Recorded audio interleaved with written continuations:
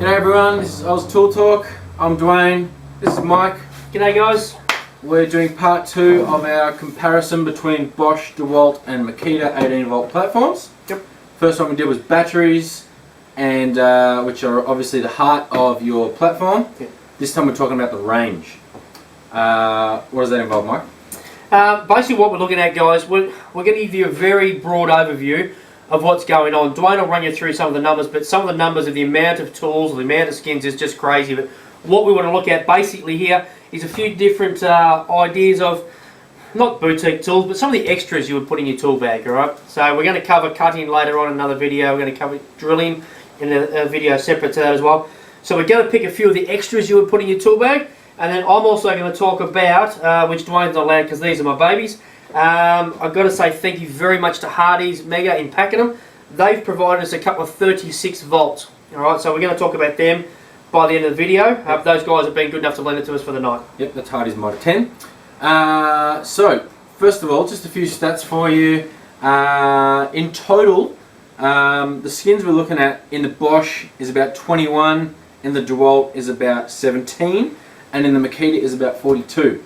Now I know you're going to start screaming and say, no way, Makita's got like 130 skins or something. Well, in this video I'm not counting their 7 drills and their 6 impact drivers as individual skins. You're not going to buy 7 different drills. Unique tools that you might actually get, Makita's got about 42.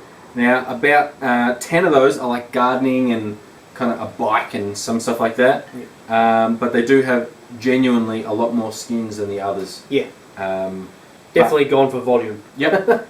In terms of the main stuff, your drills, your impacts, cutting tools, things like that, they're pretty much the same. Yep. A couple of noticeable absences. DeWalt don't have a planer. DeWalt, get onto that. I'd like to see a planer. Yep. Especially because I'm running DeWalt and Bosch's planer only has one cutter. Yeah, single blade. As soon as you put a Bosch up against, obviously we're talking the 3 main brands again. As soon as you put the Bosch up against the Makita, so that's your only 2 options really out of these 3. The Makita, it's nice, it's light, it's a relatively quiet unit. It has the twin blades. It's very similar to the standard plane they have. So most people picking it up, especially the guys who are Makita devotees, that's the way they'll go straight away. They won't even question it. So that's a good little planer. Yep. The other notable absence is a right angle drill from Bosch. Yep. Which DeWalt and Makita have. Yep. So, all right. So we're just going to have a little, I guess, chat about the tools that kind of stand out in each range. Yep. The first one is nailers. So each of these platforms has a different nailer. So Makita have got a stapler. Is that right? Stapler. Yep. 80 series stapler. I believe it's an 80 series. Yep. Which is a wider crown. Bosch have got a finishing nailer, finishing gun, and DeWalt have brought out the first ever framing nailer. Which is not in Australia yet. No, it is. It is? Yep. Okay. They've actually got 2 versions of their framing nailer. So chippies are picking those up and saving lots of money, not having to use gas at all. Yeah. Little odd though that you've got 3 different brands. They've all chosen 3 different things. Normally what happens is someone brings a tool out, the rest of the market saturates it because they'll copy it or they'll go, oh, we're working on one as well. Yep. Little odd. Having Makita myself, I went to buy a small bradder. I can't get a cordless bradder. I can only get a stapler, which 90% of applications is actually useless other than in caravan manufacturing, something like that for an 80 series. Yes. So DeWalt actually have a finishing nailer in their previous pod style 18 volt range. But they haven't brought it out in their slider lithiums yet. Yep. I expect they will, so they'll probably end up with the two nailers in there. What else is there to point out about these ranges? There's a few things, but you always banging on about that, so throw the Bosch at us. Tell everybody why you love that so much. Okay, so all 3 of these brands make a high torque wrench with the 1/2 inch square driver on the front. There's a couple of standout brands, and they are Bosch and Milwaukee. In the high torque range, they have got so much more torque than the DeWalt or the Makita. So keep that in mind if you're after a high torque wrench, if you're in the automotive industry. Now, not quite as high torque, but sorry, just wanted to show this. This is a funny little one. This is a GDX, which is a really nice unit. Only I think 150 grams heavier than the standard impact driver. It's got a 1/2 inch socket on the outside, and you've also got your hex drive on the inside.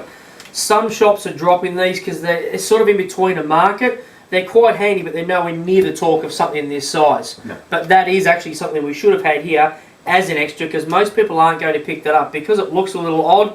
You wonder what, you wonder why. Quite a handy little tool.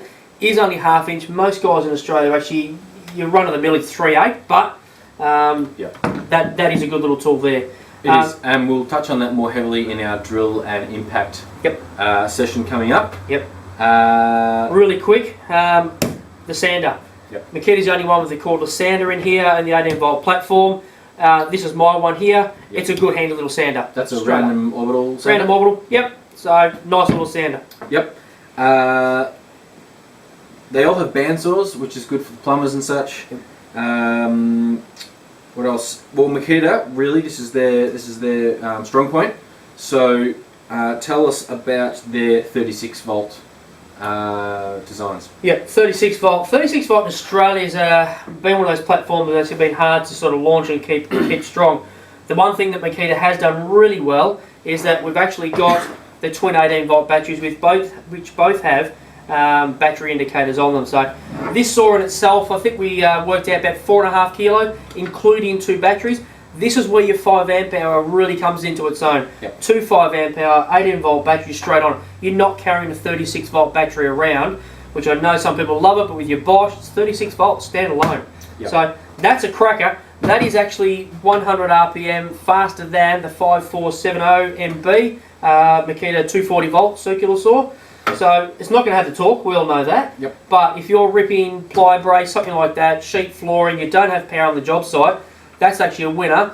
They have changed it to your standard guard and blade on the right hand side. So a few good things that they've done I really like. Good for a lefty. Yeah, I'm always looking for Makita stuff because that's my thing, I love it. So that's really impressive. 36 volt power, getting close to your electric power.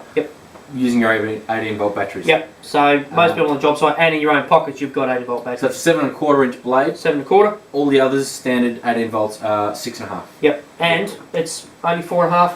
Close to 5 kilos. So very impressive. Really quickly, the other one, STS Rotary. I haven't done the spec run on this to see how heavy you'll go through concrete, etc. What I will say is, again, 2 18 volt batteries straight in, 5 amp hours is going to be the way to go. Battery indicators on the side. This is a genuine two-hand tool, I believe, unless there's a tradie out there that's a fair bit stronger than me. That is a heavy tool, but that's going to do some incredible things for guys up on tilt paddle walls. I believe the Makita, their STSs of this shape also have a dust extraction attachment that you can put on. So that makes it pretty good if you're doing. I neglected to bring that tonight. Indoor stuff. So these aren't the only 36 volt tools that you can use 18 volt batteries. They've got a bunch of gardening tools like brush cutters and line trimmers. I think they've even got a 36 volt chainsaw and lawnmower that you can run off 18 volt batteries. So if that's your thing, that's pretty impressive from Makita. Really quickly jumping across into Dwayne's area, sorry, but Bosch Compact 18, that versus that. Now we know there's going to be a difference in capacity, but this, another tool that Dwayne raves about, is an absolute cracker. This is a genuine one-hander, not genuine two-hander. Why do you love that one so much? Well, I mean, if you're trying to put in 25mm conduits through masonry walls and stuff, you're not going to go to this. But if you're just putting in anchors, things like that, 10, 12mm all day long, this just chews through it. It's a genuine one-hander, as Mike said. No chipping mode on this, just drill or hammer. But look, for me, I love it. The other thing I will say is, if you'd noticed, I've watched our battery one. This is the cool pack. This is the 2 amp hour slim. So 2 amp hour slim, I know you're not going to get a ton of work out of it, but it gives you the availability. If that's the battery you have in your nail bag at the time, slip it on, you've got yourself a compact rotary, straight up.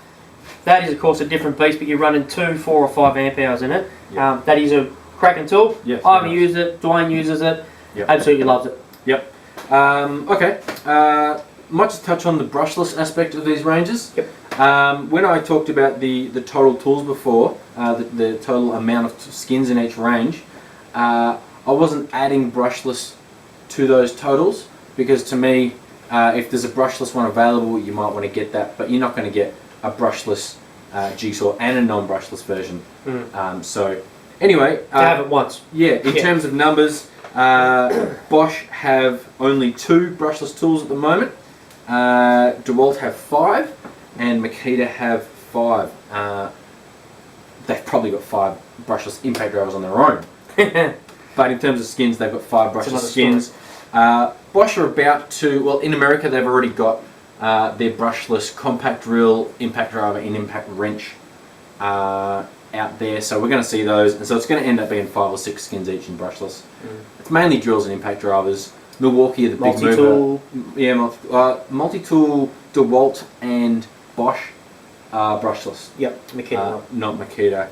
No. Interestingly, the DeWalt multi-tool, which we'll talk on later, is a brushless unit with a variable speed trigger. Completely different beast. We'll talk about that more later. So if you're buying for brushless, it doesn't really matter which one you choose. Yep. It's always heading anyway.